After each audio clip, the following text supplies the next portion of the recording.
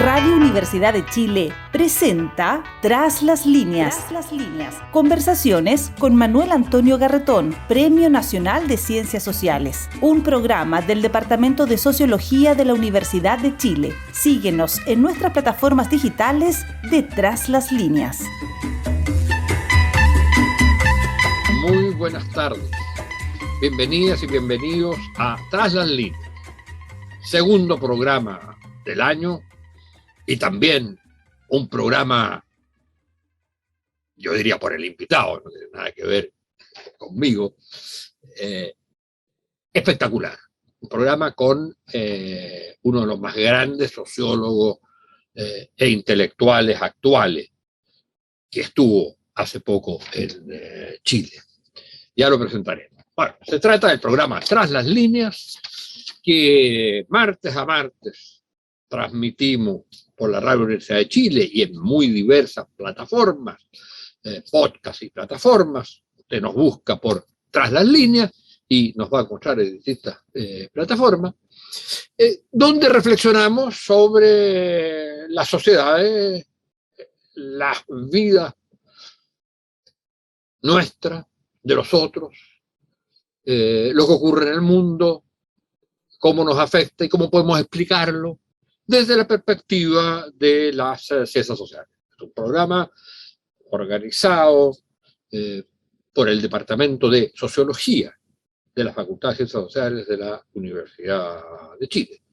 No siempre uno hace referencia a las personas que trabajan en este programa, y hoy día, por ser un programa también especial, a mi juicio, por nuestro invitado, quiero mencionar a Rodrigo Figueroa, que fuera coordinador del Magíster de Sociología y que es profesor de Sociología, además que trabaja en cuestiones deportivas de Sociología del deporte y ha sido entrenador, y Max Renato Rivera, que es el productor técnico.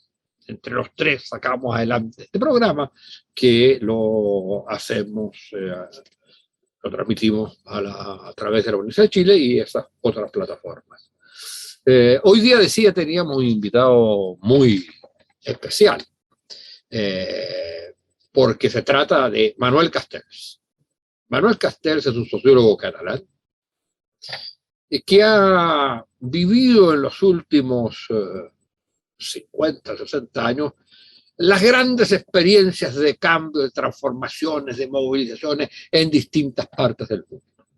Y además es testigo y analista preferencial, ubicado en el top, decía yo, de los sociólogos y sociólogas, de la sociedad red, de la sociedad llámenle cibernética, de la comunicación, de la información, él la llama sociedad red, de la sociedad actual, de la sociedad contemporánea. Escribió una obra monumental que se llama La Era de la Información, sobre la sociedad red, en 3 tomos, donde analiza el problema de la globalización, las tecnologías de comunicación y los fenómenos identitarios, la explosión identitaria, en los años finales de los 90. Pero ha sido consultor de gobiernos de todas partes del mundo, incluido el gobierno chino, para pensar precisamente la evolución de esta sociedad red.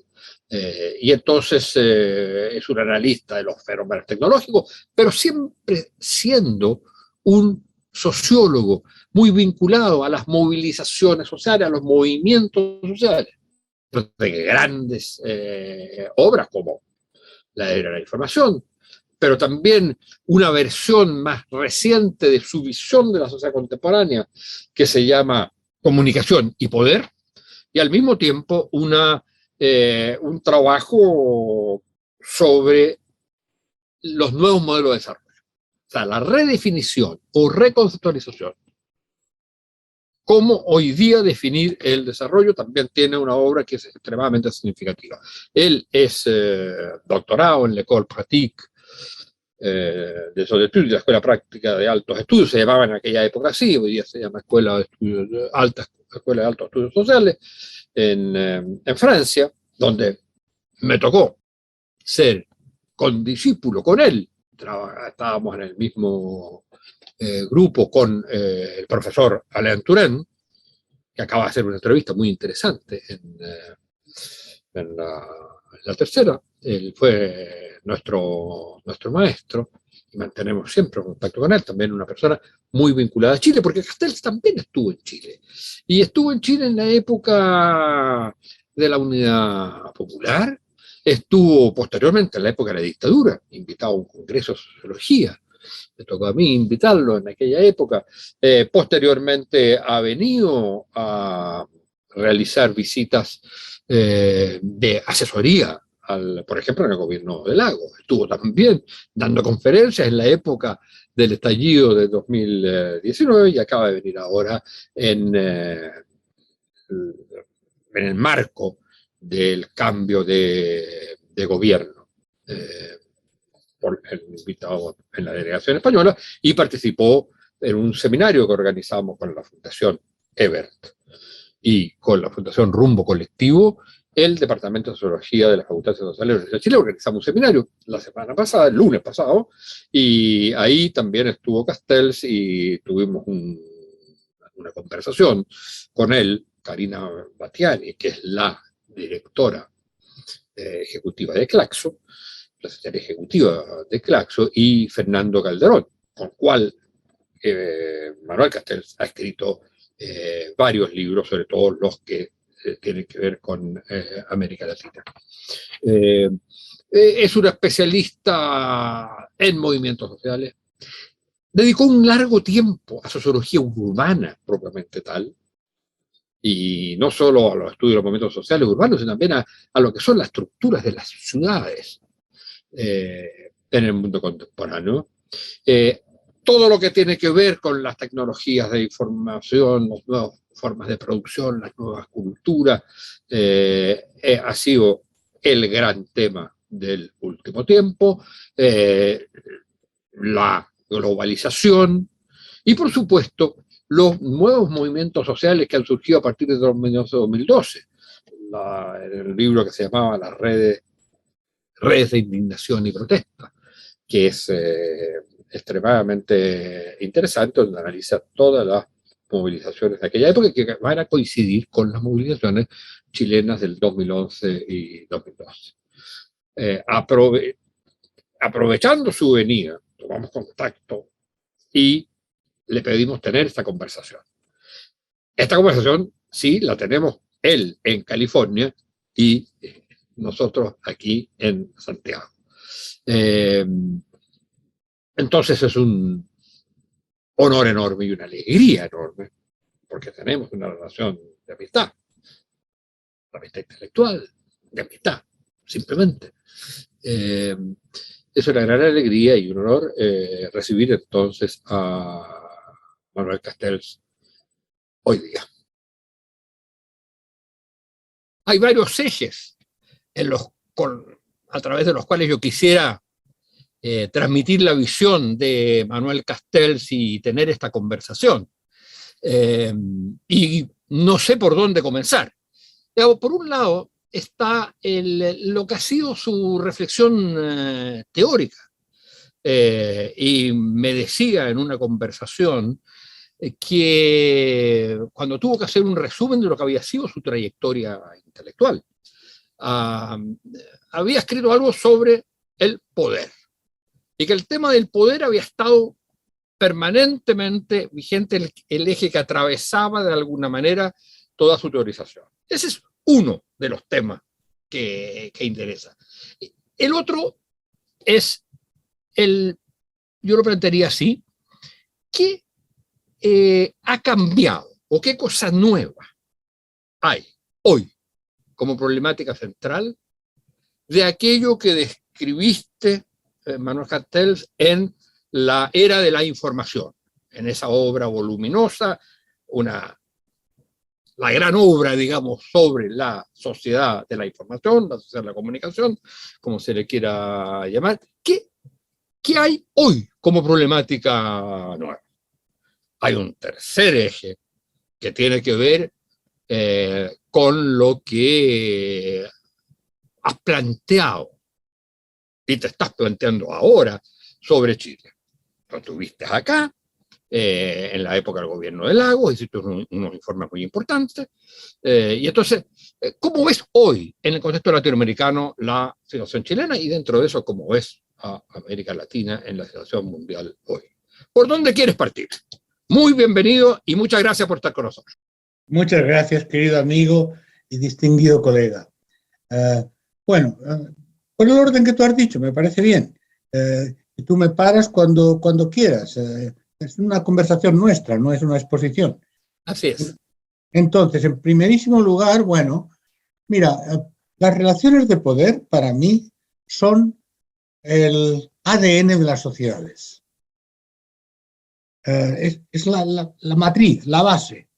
A partir de ahí se construye todo lo demás. ¿Por qué?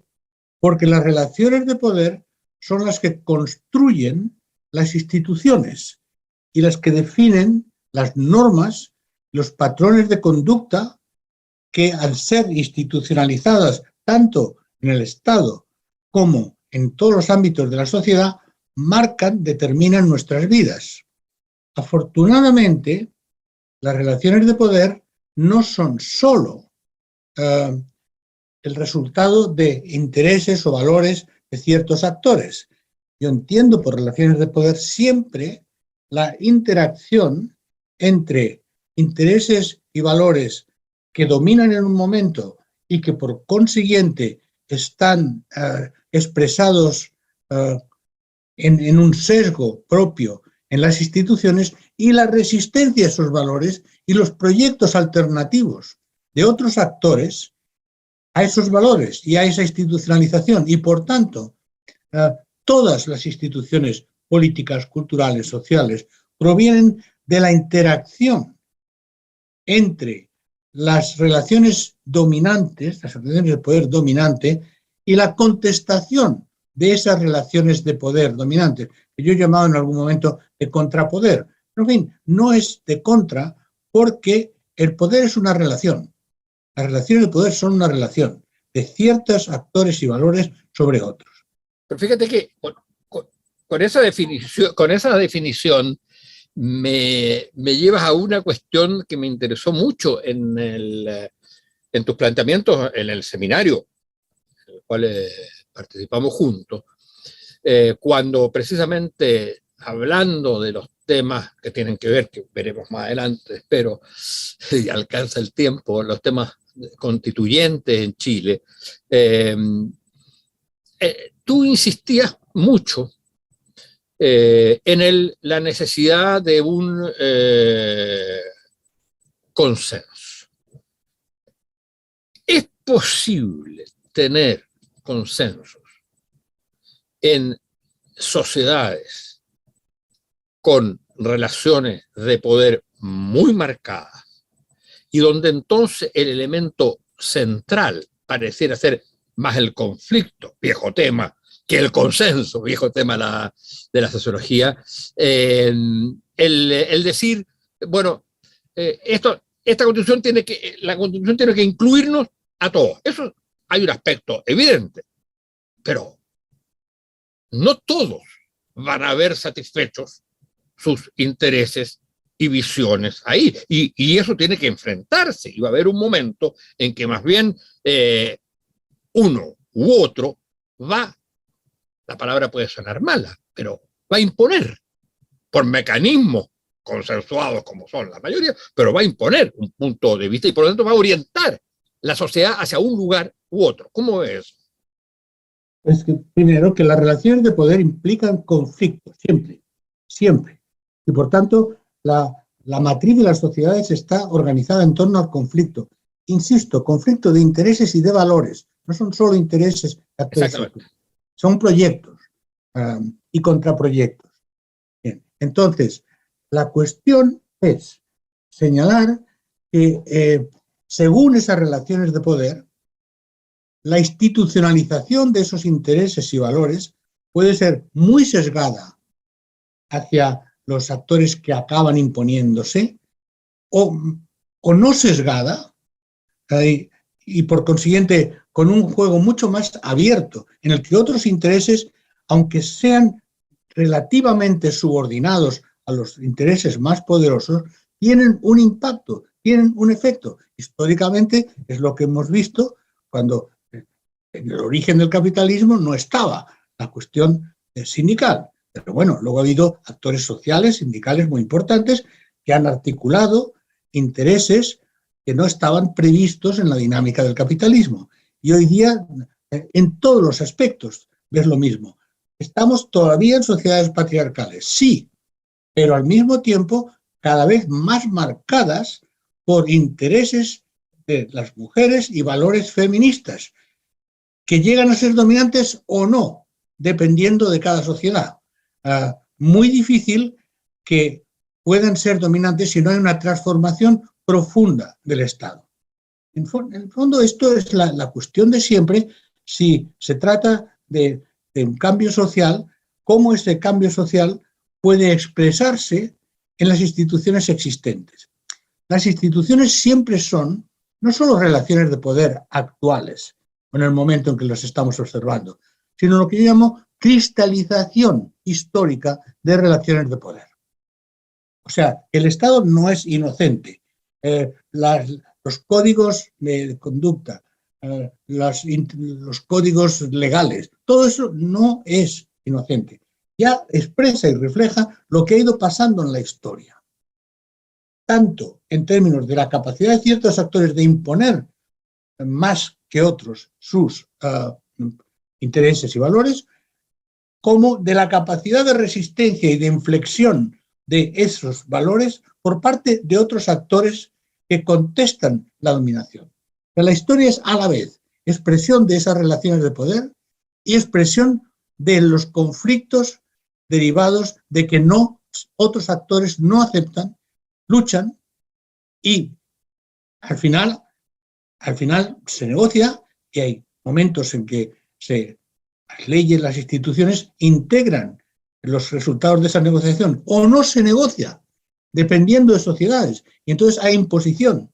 Y esa imposición puede radicalizar las oposiciones, desinstitucionalizar los conflictos y últimamente provocar rupturas.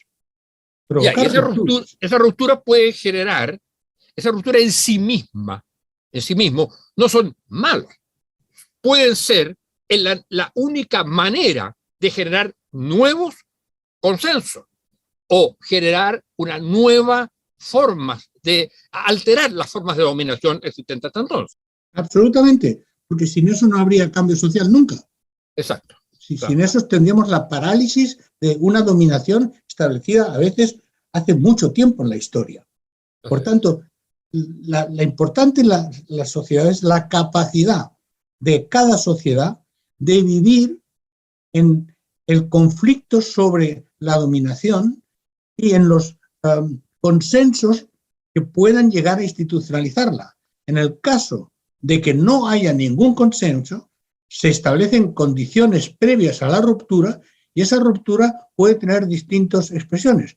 En el caso último, revoluciones, que para mí, revolución no quiere decir violento o no violento, quiere decir destrucción de un tipo de Estado y sustitución de un Estado en sentido amplio, de todas las instituciones, de lo judicial, de lo legislativo, de todo, y sustitución de un nuevo Estado por el Estado que expresaba unilateralmente esos intereses. Y eso es el movimiento de la historia. Y cada vez que se institucionalizan, bien por ruptura directa o por un largo proceso de negociación, surgen nuevas formas de dominación que determinan nuevas formas de conflicto y la aparición de actores sociales distintos. Es el movimiento de la historia. Nunca vamos a estar tranquilos. Eso sin duda. Oye, pero el punto, por ejemplo, aquí en esta precisamente, en la discusión de este tema, a un nivel bastante más concreto que lo estamos haciendo nosotros, no se discute necesariamente conceptualmente, pero la expresión que es la más corriente de los sectores que hoy día ven, por ejemplo, en el caso chileno, amenazados, digamos, sus intereses y sus valores. Porque aquí estamos en un orden de dominación determinado, construido desde la dictadura, etc. Por supuesto, con algunas reformas, con reformas importantes en la época de democracia, pero hay una sociedad que está cuestionada, que fue cuestionada por el estallido que tú previamente analizaste al hablar de las redes de indignación, pero ya eran los estallidos, por decirlo así, del 2011-2012, no del 2019. Que luego yo viví personalmente en el 2019, estaba en Chile. Además el estallido... Yo estaba en Plaza Dignidad, yo estaba ahí. Bueno, estabas en Valparaíso. Estabas en la época de la Unidad Popular. Estaba en la época de la Unidad Popular. Estaba muy brevemente en la dictadura porque tú me invitaste a dar una conferencia en un congreso semi-raro, semi-clandestino. Estuve luego en la Concertación. Estuve muy ligado con la administración Lagos y con las reformas que hizo Lagos y escribió un libro sobre esto. Y luego seguí viniendo a Chile y una de las veces, no porque yo dijera nada o hiciera nada, pero estaba para dar una serie de conferencias en Santiago de Valparaíso y hubo el estallido social. Y mi reacción espontánea, como buen veterano de mayo del 68 en París, fue gravitar hacia la Plaza Dignidad. Acá se nos había olvidado nombrar mayo del 68, que además también estuvimos juntos en esa época, hasta un cierto momento que tuviste que salir. Bueno, no salí, me expulsaron. Sí, eso es. Y así conocí a Chile. Yo llegué a Chile expulsado de la Francia después de mayo del 68. Pero mira, lo que te quería decir era, el punto es que en estas discusiones, lo que se dice en un momento determinado, sobre todo por parte de los que de alguna manera defienden el statu quo, para decirlo de alguna manera, es no puede haber ni ganadores ni perdedores. Yo creo que eso es falso, yo creo que eso es darse una imagen falsa. Van a haber ganadores y perdedores. Lo importante es que los perdedores puedan pensar que pueden, discutir, volver a luchar por aquellas cosas, aunque en ese momento se estableció un consenso, que aquellas cosas que ellos defendían no son hoy día tolerables, pero, digamos, que tengan el espacio de reivindicaciones. Pero no puedes tener un consenso, sobre todo en un orden creado desde una dictadura. Pero lo que ocurre es que no podemos ver todo con una sola dimensión. Depende ganadores en qué y perdedores en qué. Pueden, por ejemplo, que derechos importantes de las mujeres y protagonismo de las mujeres puedan seguir existiendo, puedan expresarse más fuertemente dentro de un marco en que las relaciones laborales y de empresa sean de un capitalismo duro. Por ejemplo, es decir, que lo cultural, lo propiamente cultural, porque el feminismo es un movimiento de transformación cultural, puede haber un capitalismo salvaje, destructor del planeta, o puede haber un capitalismo en el que el movimiento global para prevenir un cambio climático catastrófico se exprese en legislaciones y en políticas que limiten lo que podría ser una lógica estricta de ganancia capitalista. Sí, pero si tú miras una cosa que tú mismo has señalado mucho, que es la existencia de un poder desmedido de grandes intereses económicos, el 1%, aquí se habla del 1%, que en realidad es un 0,1%. Bueno, efectivamente. Y de, por ejemplo, los dueños del agua, por ejemplo, en el caso chileno, que tiene una ley heredada de la época de la dictadura. Bueno, esos sectores tienen que ser perdedores, ¿o no? Depende de la capacidad que tengan los otros actores de imponer otros intereses. No, sí, correcto, no, en ese sentido digo, no, estoy pensando estrictamente en el ring de la Asamblea Constituyente. Bueno, el ring de la Asamblea Constituyente es problemático en el sentido de que, por un lado, es expresión muy directa de una voluntad profunda de cambio de la sociedad chilena, pero en otro sentido, recordemos que al mismo tiempo ha habido elecciones parlamentarias, elecciones presidenciales, y que los resultados de una y otra no son los mismos. Esto es muy interesante porque hay una doble legitimidad. Hay la legitimidad del estallido expresada en la Convención Constituyente, institucionalizada, esto es importante, institucionalizada. Ya no es la legitimidad solo en las calles, legitimidad, y después está la legitimidad legal clásica, digamos, que es de la política clásica institucional, donde hay un empate político. Bueno, y además hay otra cosa, que cuando hablamos de la sociedad, tampoco podemos pensar que hay el pueblo en su conjunto que se expresa de una manera y que los que piensan diferente o tienen otros intereses no es sociedad. Tú mismo, en un seminario reciente que hicimos juntos, recordaste un dato fundamental, que el 44,1% de los que votaron por Kast en la segunda vuelta, en la elección presidencial en Chile, es el mismo 44,1% que votó por Pinochet en el famoso referéndum que cambió las cosas. Es decir, tú no puedes decir que la constituyente, sin más, expresa a la sociedad cuando un partido tan importante como la Democracia Cristiana tiene un solo representante, porque eso sería lo que es la posición de algunas personas y algunos intereses en la constituyente, de decir que es la constituyente la expresión del pueblo. Pues no. La constituyente es la expresión de la voluntad importante de un gran sector de la población chilena por un futuro mejor. No es la representación del presente. Representan un proyecto de futuro. Es distinto. Y entonces, aquí es donde empiezan las contradicciones entre qué tipo de instituciones. Nadie, ni siquiera la izquierda más comprometida, en Chile está planteando un Estado revolucionario que dé todo el poder para los soviets. No, todo el mundo está de acuerdo que hay la democracia representativa que va a tener que adaptar sus mecanismos y sus políticas a la expresión de una voluntad mucho más amplia de cambio que se expresa en la constituyente y que, por tanto, quedará reflejada en la Constitución, que establecerá ciertos principios. Pero la Constitución, para que dure, siempre, todas las constituciones del mundo, tienen que ser producto de un cierto consenso que organiza las relaciones de poder existentes en el momento de creación de la Constitución. Y por eso es fundamental que haya jurídicamente, legalmente, una serie de posibilidades de ir enmendándola. En eso, Estados Unidos, que fue la primera gran constitución democrática, es una articulación muy interesante desde el punto de vista,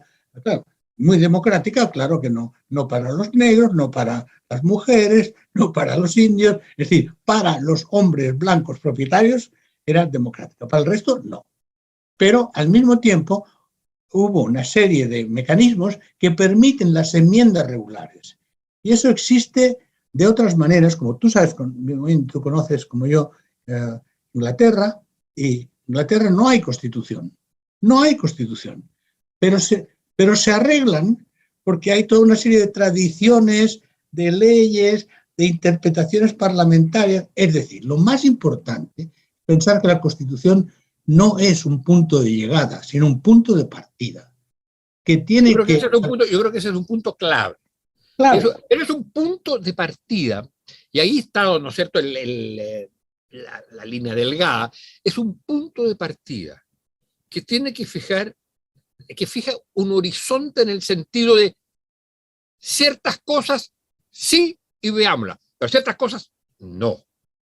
Y ciertas cosas vamos a ver.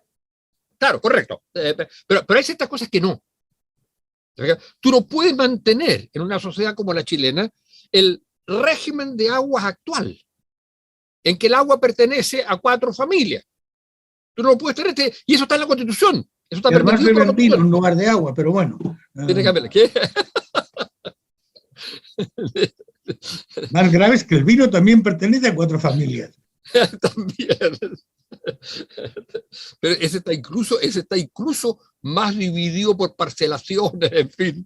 Exacto. No, entonces, Vamos a ver, hablando de Chile en concreto, la gran cuestión en Chile es que el modelo económico neoliberal, pero generador de injusticia social tremenda, por un lado, aseguró un cierto crecimiento económico, que se ha mostrado que, de hecho, con varios trabajos, incluido el mío, que con la concertación hubo más y mejor y algo mejor redistribuido crecimiento económico que en la época de la dictadura, pero en todo caso... Precisamente por las transferencias, básicamente por las transferencias que hizo el Estado.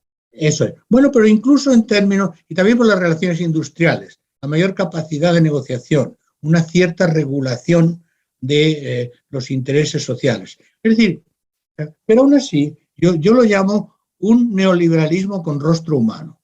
Como hablábamos de socialismo con rostro humano, pues esto, en la época de la concertación. En la época de la dictadura, claramente era un neoliberalismo puro y duro que fue alabado y defendido por toda la derecha neoliberal del mundo, como el ejemplo de lo que había que hacer en muchos países.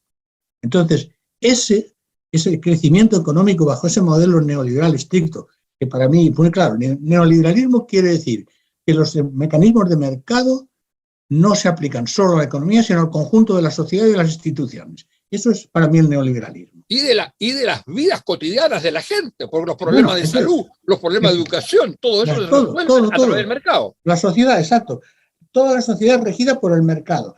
La mano invisible, que no es tan invisible porque son 4 familias al final, es lo que arregla todo. Bueno, eso ha quedado claro en el mundo y en eso Chile es una experiencia extraordinariamente importante y significativa para todo el mundo y en particular para América Latina. Ha mostrado que ese crecimiento económico, ese modelo liberal, llamamos neoliberal por la exageración que se ha producido en los últimos términos, pero eso ha generado una injusticia y una inequidad tan insoportable que solo con represión se puede mantener. Y por consiguiente, eso podía ser mantenido por una dictadura, pero es totalmente incompatible con una situación democrática en la que, con todas las debidas precauciones al principio, porque la gente tenía mucho miedo a que se rompiera el consenso mínimo para salir de la dictadura. Eso también lo vivimos en España, claramente. La Constitución española no reflejaba realmente lo que la izquierda pensaba, pero era una Constitución que se hizo pensando en que no se atacara demasiado a la monarquía, al ejército, a los privilegios de la oligarquía, y luego poco a poco ir deshaciendo esos privilegios. Bueno, Chile está en esa tesitura. Y la cuestión es que en este momento las relaciones de poder en la sociedad chilena han cambiado a nivel sociopolítico, sobre todo por la movilización de los sectores populares, pero no han cambiado en lo que son las instituciones y en lo que es el funcionamiento de la economía y del mercado en temas tan fundamentales como los que tú señalas. El agua, pero yo diría, desde mi perspectiva, las universidades.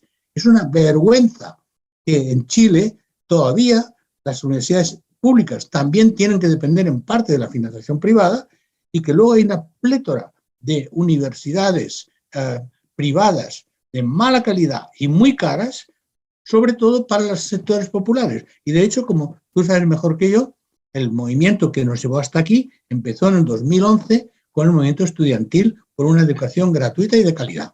Y son sus líderes los que hoy día están gobernando el país. Claro, llegaron al gobierno. Eso es un caso bastante único. Oye, Manuel, pero ahí hay 2 cosas que me saltan de inmediato. Una, no es solo la universidad. No es normal un país en el cual más del 60% de la población escolar va a escuelas privadas. Absolutamente. O sea, la educación pública en Chile es una minoría y con muchas dificultades de recursos, con un enorme esfuerzo de los profesores, etcétera, pero evidentemente no tienes una educación pública, para decirlo de alguna manera, a la francesa.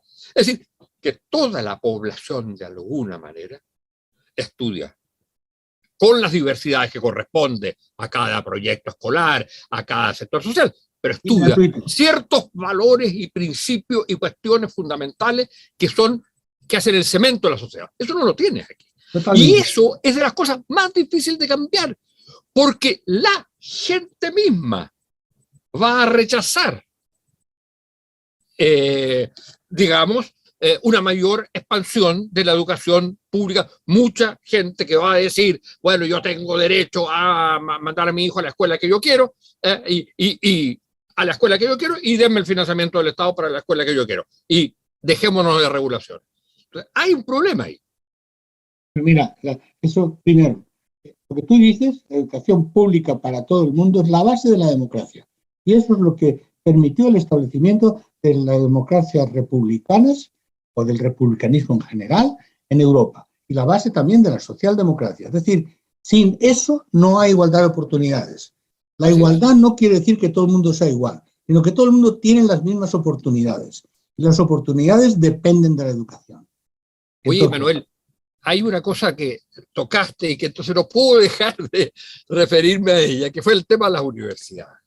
Y eso por una razón, pero no tanto para hablar de Chile, sino porque, como decía yo en mi presentación tuya, tú fuiste ministro de universidades, que es, que es una cosa bien, digamos, es una cosa bastante importante, pero también una cosa bastante como importante, diría yo, en tu vida, pasar de ser el que critica las instituciones y propone nuevas instituciones a tener que no solo administrarlas, sino que trabajar con ellas y cambiarlas y dirigirlas y conducirlas. ¿Cuál fue tu experiencia como ministro de universidades? ¿Qué sacaste de eso para pensar la sociedad hoy día?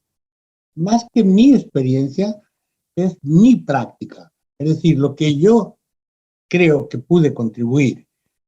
Primero, mover la universidad hacia la universidad pública, hacia una universidad gratuita, bajando y fijando por ley las tasas universitarias al nivel que estaban en el 2011, cuando yo llegué en el 2020. Es decir, en algunos casos se rebajaron 30 o 60%, que es lo que habían subido de una tacada. Segundo, que toda familia en el nivel de pobreza, por definición, tendría derecho a que sus hijos tuvieran una beca para estudiar en la universidad, independientemente de las notas que sacaran, como seres humanos. O sea, no empecé por las grandes cosas de hacer un MIT español o algo así, no. Empecé por ocuparme de lo que tú dices, de que las clases populares pudieran llegar en igualdad de oportunidades a la universidad. Y tercero, algo en que me inspiré mucho de la experiencia chilena. Hice un real decreto, por favor, real, que estableció criterios básicos de calidad para poder ser una universidad, con todo lo que eso implica en términos... y por tanto, todas las universidades públicas o privadas, pero estaba pensando sobre todo en las privadas, que de repente empezaron a hacer como en Chile, una cantidad de universidades privadas que de hecho no eran esto, eran lo que llamamos en España chiringuitos, que son negocietes, sin ninguna calidad, caras y malas. Algunas buenas y más caras todavía. Pero la cuestión es que a partir de la legislación del gobierno en el que yo participé, no se puede inventar una universidad si no se sigue una serie de criterios, que no son muchos, pero hay criterios. Y si no sigues esos criterios, tienes 5 años para adaptarte y después se quita la acreditación por parte del gobierno, lo cual quiere decir que no puedes dar títulos llamados oficiales. Puedes vender los títulos que quieras, pero no son considerados títulos oficiales. Es decir, se pueden legislar cosas importantes en el sentido de lo que tú dices, de que ir moviéndonos hacia una universidad mayoritariamente pública, de calidad y gratuita. No veo por qué en Europa la educación secundaria, primaria, es en su inmensa mayoría pública y gratuita y no en la universidad? ¿O por qué la sanidad en los países europeos democráticos es pública, mayoritariamente pública y gratuita y no en la universidad? Esto viene de la época en que estudiar en la universidad se consideraba un privilegio para las élites, pero hoy día, en la sociedad tecnológica en la que estamos, si no tienes una formación universitaria, no tienes las mismas oportunidades que otra gente.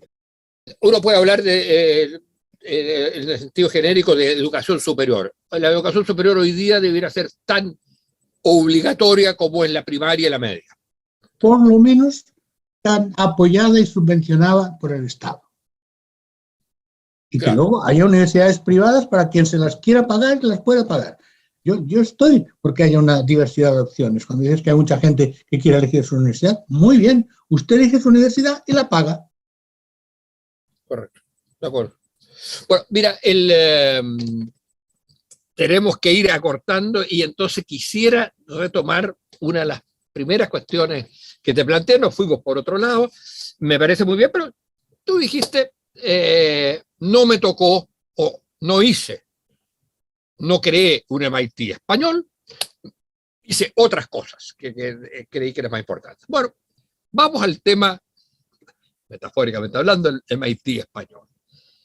En la sociedad que tú describiste como en la sociedad de la información, que nuestro maestro común publicó un libro hace un par de años que la llama La sociedad de la comunicación, de alguna manera en el mismo sentido.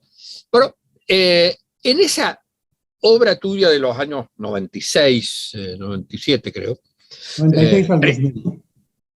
Eran 3 volúmenes, uno en 96, otro 97 y otro 2000. Claro, esos 3 volúmenes. Bueno, han habido cambios fundamentales en la sociedad, también en América Latina, respecto de esa sociedad que describiste ahí, la sociedad de la información como distinta, como nueva respecto a la sociedad industrial que hemos vivido estos 2 o 3 últimos siglos. Hoy día, ¿cuáles serían las pistas nuevas? ¿Qué es lo distinto de aquello que describiste, siendo que seguimos estando en una sociedad de la información? No hemos pasado a la sociedad del planeta Marte, digamos. Seguimos en nuestra sociedad, que llamaríamos hoy día sociedad de la información. ¿Qué cosa dirías tú sobre qué llamaría la atención como cuestiones o problemáticas centrales? Fíjate, Manuel Antonio, la cuestión es que yo no utilicé nunca el término sociedad de la información. Nunca. La era de la información, hablaste de la era de la información. Sí, perdón. Bueno, sí, pero ese era descriptivo de lo que estaba tratando. Pero, sí, pero de hecho creé un concepto que luego se ha popularizado por todas partes, la sociedad red. Claro, exactamente. Es distinto. Lo que reemplaza a la sociedad industrial es la sociedad red. ¿De acuerdo? Exactamente. En la era de la información, digo, porque yo tengo que pedir disculpas entonces ahora. No, de acuerdo, pero es que no es una cuestión terminológica. Colega, no es una cuestión terminológica, porque es lo que prepara mi respuesta a qué ha pasado desde entonces. Pues lo que ha pasado desde entonces es la generalización de lo que era una lógica embrionaria de construcción de redes sociales como siempre, pero con capacidad de escalar extraordinariamente por la tecnología de redes. Hoy día todo está interconectado por redes basadas en electrónica y computación. Totalmente. Entonces, por consiguiente, y eso es cualitativamente distinto, hoy día absolutamente todas las dimensiones de la vida social, institucional, política, movimientos sociales, guerra, desinformación e información, todo depende de redes electrónicas. Y por consiguiente, como la sociedad industrial se constituye de verdad a partir del momento en que la distribución de energía fue posible mediante la capacidad industrial de producir y distribuir energía. Eso es lo que cambia realmente. Entonces, lo que ha cambiado hoy día es que hoy día lo que era una hipótesis sobre hacia dónde evolucionaba la sociedad, hoy día todos estamos y todo está en la sociedad red. Es decir, redes en que la actividad humana, toda la actividad humana, está construida en torno a núcleos de redes que son a la vez locales y globales. Pero que siempre han existido las redes. Lo que ocurre es que la capacidad tecnológica basada en lo digital ha transformado esa capacidad de integrar todo, no en un mundo globalmente integrado, sino en un mundo reticulado en que todo está articulado. ¿Qué aspectos creo que en la sociedad del siglo XXI podemos añadir con énfasis? Yo, en mi teoría y en mi observación, yo estuve muy influenciado por las primeras manifestaciones de la sociedad red en Silicon Valley y en las tecnologías de Silicon Valley. Aunque mi libro y mis trabajos siempre han sido globales, sobre América Latina y China y Japón, todo eso, pero me centré mucho en esto. Y había una idea del carácter inherentemente positivo en términos humanos y creativos de libertad a través de las redes, de Internet, de capacidad de creación.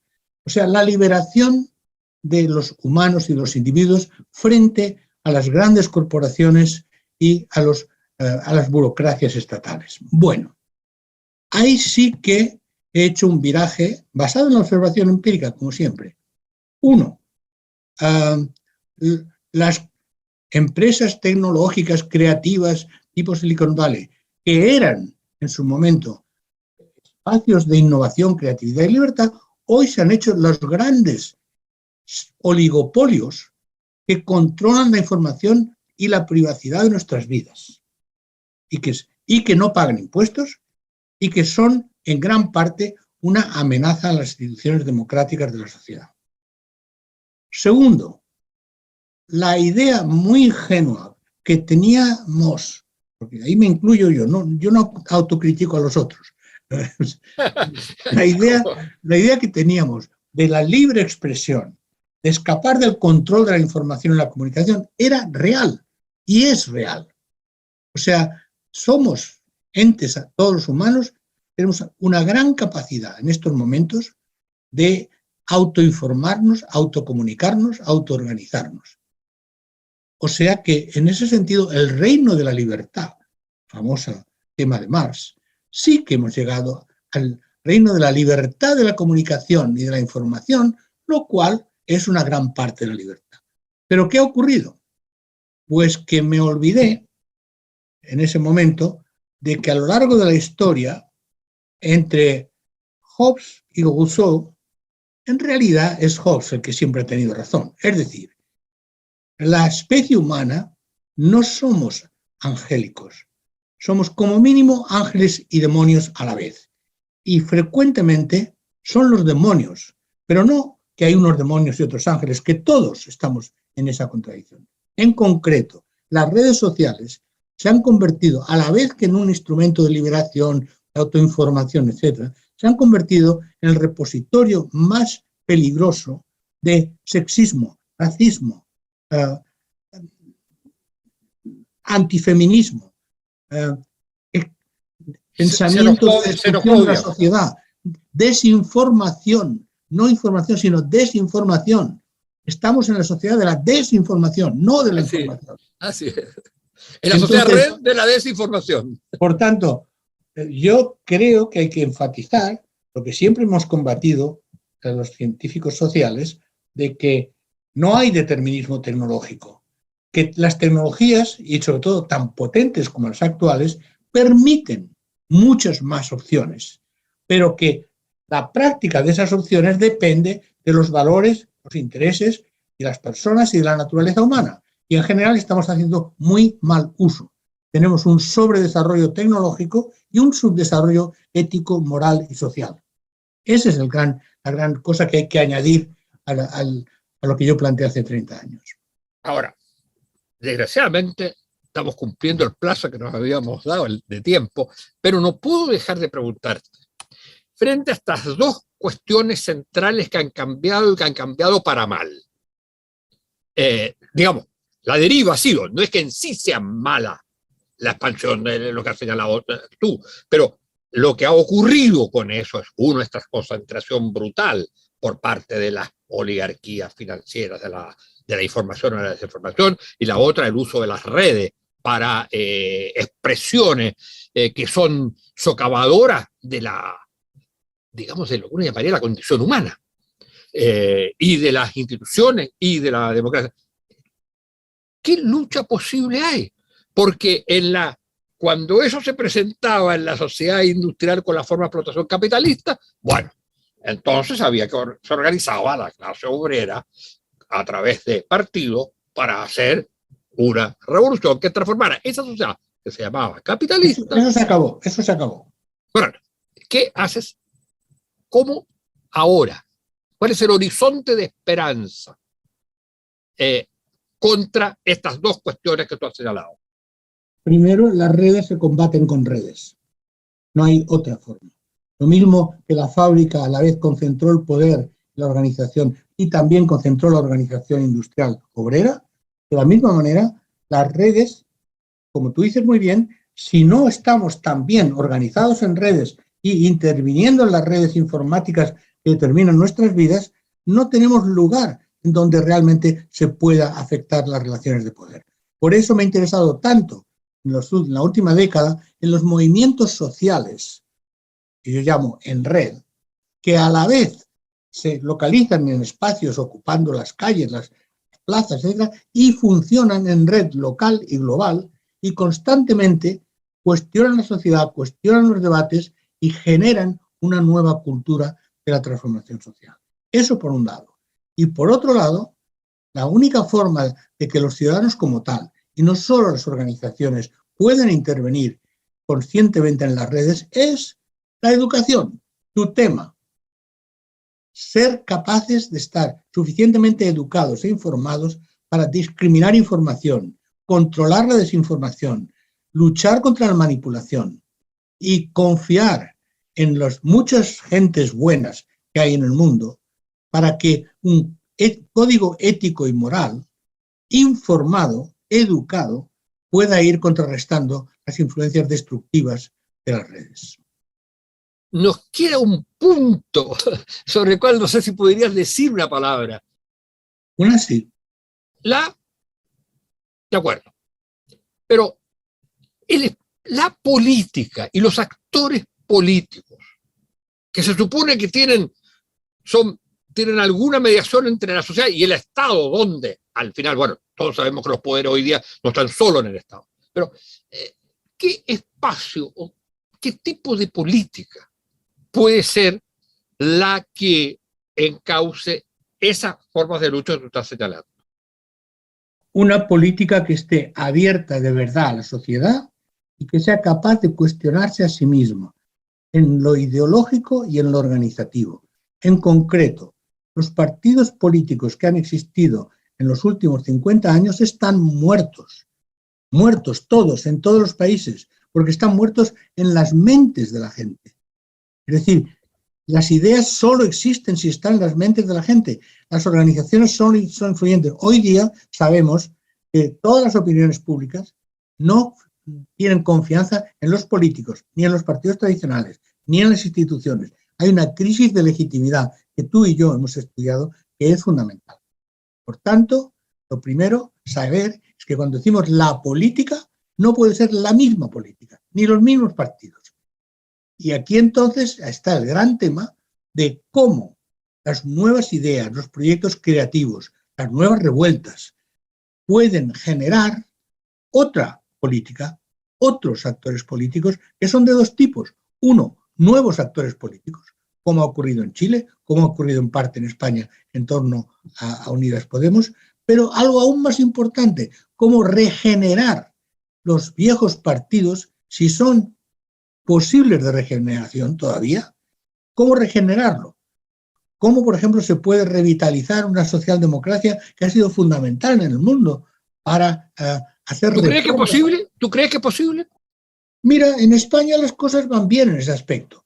al mismo tiempo hay extrema derecha subiendo, como en todos los países europeos. Pero en España, en ese sentido, tengo que decir, es mi sesgo, pero es al revés. Es porque yo he visto la posibilidad que yo renuncié a mi cómoda independencia política y entré en un gobierno.